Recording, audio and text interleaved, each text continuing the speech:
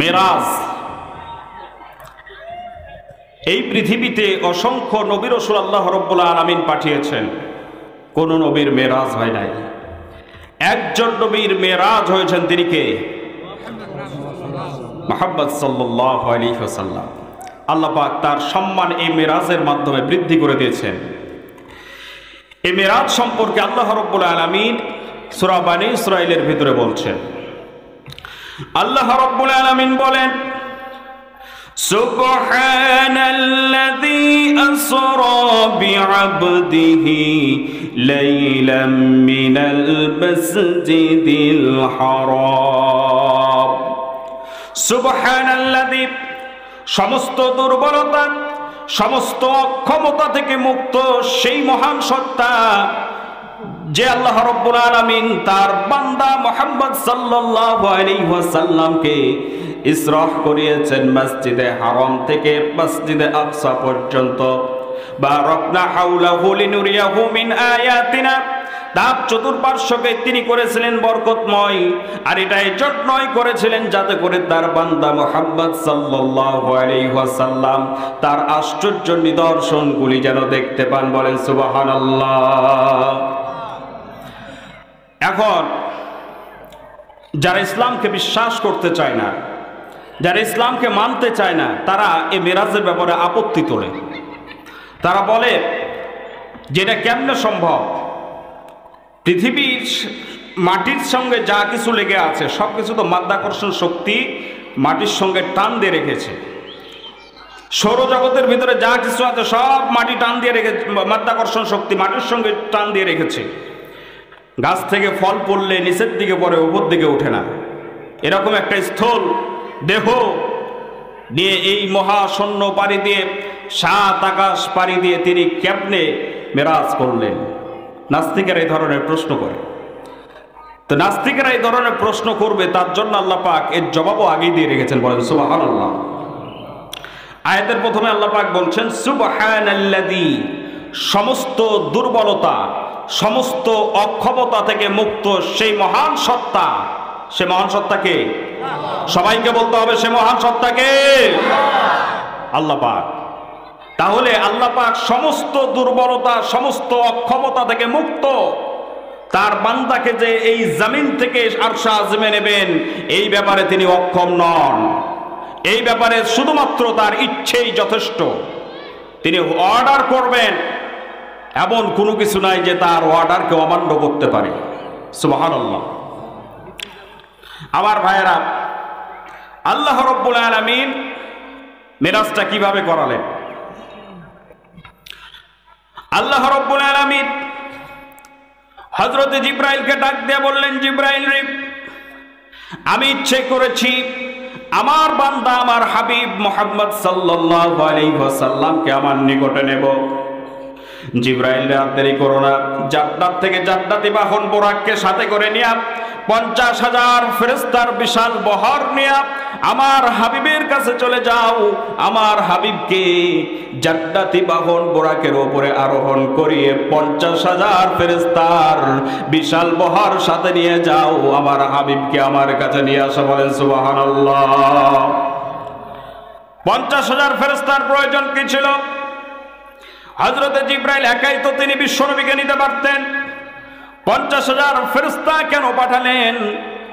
এটা বোঝার জন্য একটা দৃষ্টান্তই যথেষ্ট, যে কোন দেশের প্রেসিডেন্ট বা আমাদের বাংলাদেশের প্রধানমন্ত্রী যদি এই নওগাঁ জেলায় আসেন, তাহলে তার গাড়ির পিছনে আর সামনে 2টা পুলিশের গাড়ি থাকলেই তো যথেষ্ট ছিল। কথা বলেন ঠিক কিনা? কিন্তু 2টা পুলিশের গাড়ি থাকে না, তার গার্ড তো থাকে অতিরিক্ত আরো 50-60টা গাড়ি তার পেছনে পেছনে আছে। এই বিশাল গাড়ির বহর এই জন্য নয় যে প্রধানমন্ত্রী একাই যেতে পারবেন না, সেই জন্য গাড়ির বহর। এই বিশাল গাড়ির বহর না হয় প্রধানমন্ত্রীকে সম্মান জানানোর জন্য।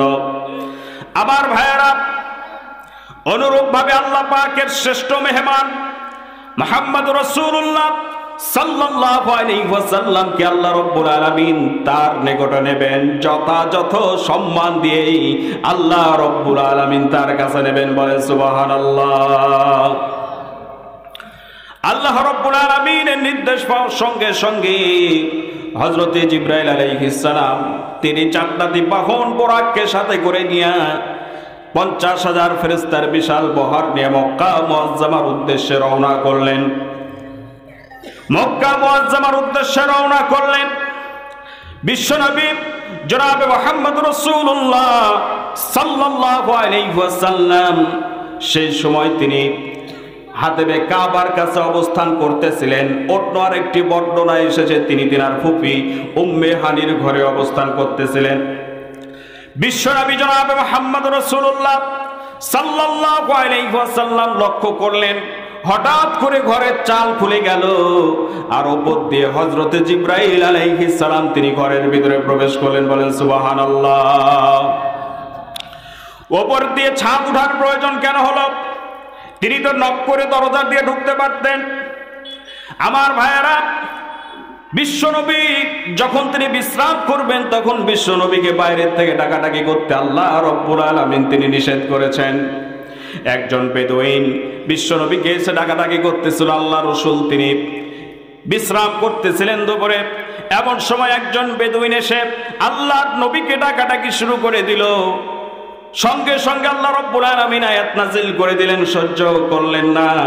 আল্লাহ রব্বুল আলামিন সঙ্গে সঙ্গে আয়াত নাযিল করে জানাইয়া দিলেন এই লোকটার কি হয়েছে।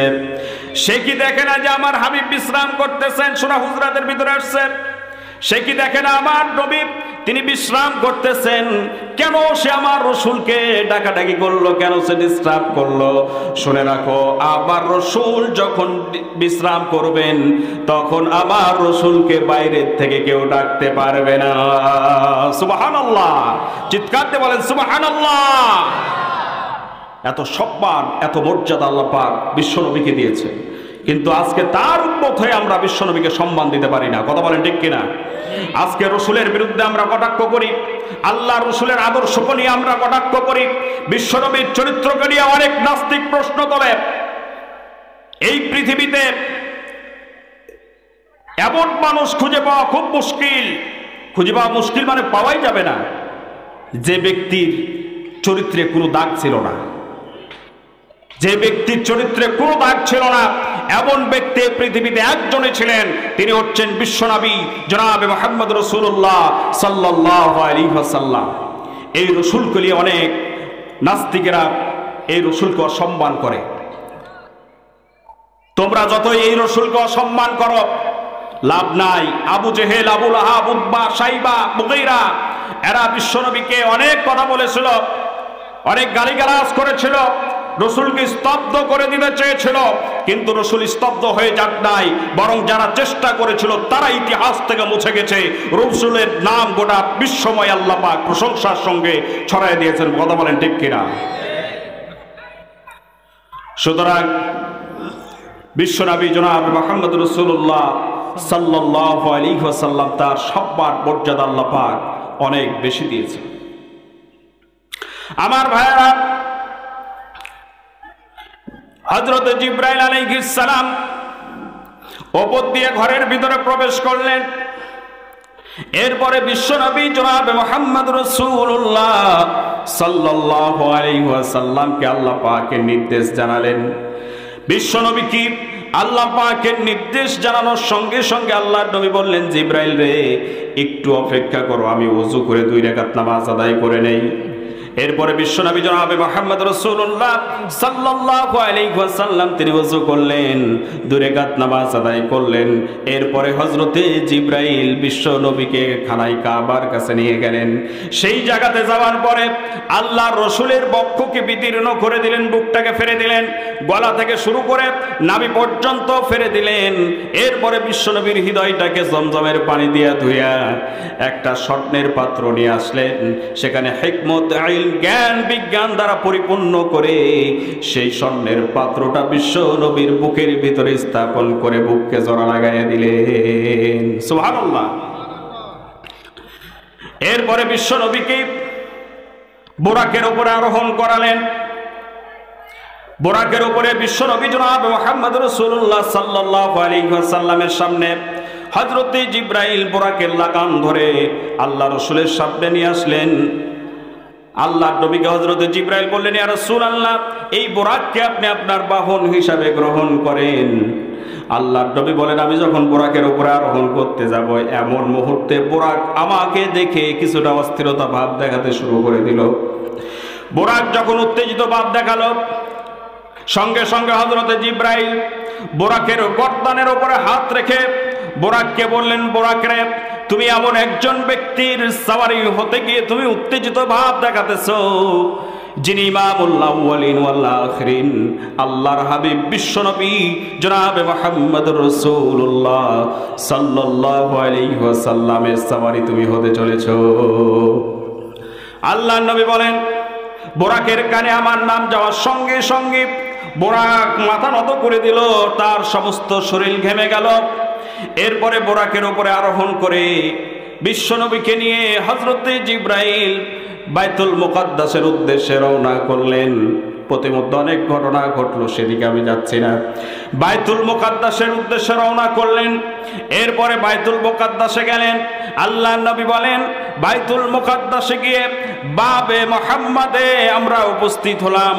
এরপরে হযরতে জিবরাইল বোরাককে এক জায়গাতে বেঁধে রেখে আমাকে নিয়ে হযরতে জিবরাইল বাইতুল মুকাদ্দাসের আগিনায় আসলেন। বাইতুল মুকাদ্দাসের আগিনায় আসার পর হযরতে জিবরাইল বললেন, ইয়া রাসূলুল্লাহ, আপনি কি কোনোদিন আল্লাহর কাছেই বলে দরখাস্ত করেছিলেন জান্নাতি হুর দেখার জন্য? বিশ্বনবী বললেন, হ্যাঁ জিবরাইল, আল্লাহর কাছে দরখাস্ত করেছিলাম। হযরতে জিবরাইল বললেন, ইয়া রাসূলুল্লাহ, আল্লাহ পাক আজকে আপনার সেই ইচ্ছেকে পূরণ করে দেবেন। ওই যে দূরে একজন রমণীকে দেখা যায়, তার কাছে যান, তাকে গিয়ে সালাম করুন, তিনি হচ্ছেন আল্লাহ পাকের জান্নাতের হুর। বলেন সুবহানাল্লাহ, জোরে বলেন সুবহানাল্লাহ। আমার ভাইয়েরা, আল্লাহর নবী সেই জান্নাতি হুরের কাছে গেলেন। জান্নাতি হুরকে গিয়ে সালাম করলেন। জান্নাতি হুর বিশ্বনবীর সালামের জবাব দিলেন। এরপরে বিশ্বনবী জান্নাতি হুরকে জিজ্ঞেস করলেন, তোমরা কাদের জন্য? জান্নাতি হুর জবাব দিল, ইয়া রাসূলুল্লাহ, আমরা পূর্ণময় সুন্দরী, আমরা ওই সমস্ত লোকদের স্ত্রী যারা পুত পবিত্র জীবনের অধিকারী, যারা জান্নাতে একবার প্রবেশ করবে আর কখনোই জান্নাত থেকে বের হবে না, তাদের স্ত্রী হওয়ার জন্য আল্লাহ রাব্বুল আলামিন আমাদেরকে সৃষ্টি করেছেন। বলেন সুবহানাল্লাহ। আমার ভাইয়েরা, বিশ্বনবী বলেন, এরপরে সেখান থেকে সরে আসলাম। হঠাৎ করে দেখলাম অনেকগুলি লোক একত্রিত হয়ে গেল। তাদের মধ্য থেকে একজন আজান দিলেন। আজান যখন হয়ে গেল, আমরা কাতারবদ্ধ হয়ে দাঁড়িয়ে গেলাম নামাজের জন্য। এরপরে ইমামের জন্য আমরা অপেক্ষা করতে লাগলাম। হঠাৎ করে হযরতে জিবরাইল আমার হাত ধরে ইমামতির জায়গায় আমাকে দিয়ে দিলেন। ইমামতির জায়গাতে যাওয়ার পর আমি নামাজ আদায় করলাম, ইমামতি করলাম। যারা হঠাৎ করে উপস্থিত হলেন তারা সকলেই আমার মুক্তাদি হয়ে, আমার মুসল্লি হয়ে আমার পিছনে দাঁড়ায় দাঁড়ায় নামাজ আদায় করলেন। নামাজ যখন কমপ্লিট হয়ে গেল, হযরতে জিবরাইল বিশ্বনবীকে ডাক দিয়া বললেন, ইয়া রাসূলুল্লাহ, আপনার পিছনে যে সমস্ত মানুষগুলি নামাজ আদায় করলেন, এই মানুষগুলিকে আপনি চেনেন নাকি? হযরতে রাসূল বললেন, জিবরাইল, আমি তো চিনি না। হযরতে জিবরাইল বললেন, ইয়া রাসূলুল্লাহ, এই পৃথিবীতে আল্লাহ রাব্বুল আলামিন যত নবী রাসূল পাঠিয়েছিলেন, সমস্ত নবী রাসূল আজকে আপনার মুক্তাদি হয়ে আপনার ইমামতিতে তারা আজকে নামাজ আদায় করেছে। বলেন সুবহানাল্লাহ। খুব বেশি খুশি হতে পারেন নাই রাসূলের সম্মানে? চিৎকার দিয়ে বলেন সুবহানাল্লাহ। সুবহানাল্লাহ বলতে কি টাকা লাগবে? পুলিশ ধরে নেবে? জায়গা জমি চলে যাওয়ার ভয় আছে না সওয়াব হবে? তাহলে সওয়াব যেখানে, টাকাও লাগবে না, ভয়ও নাই, ফ্রি ফ্রি সওয়াব পাচ্ছি, কেন নেব না?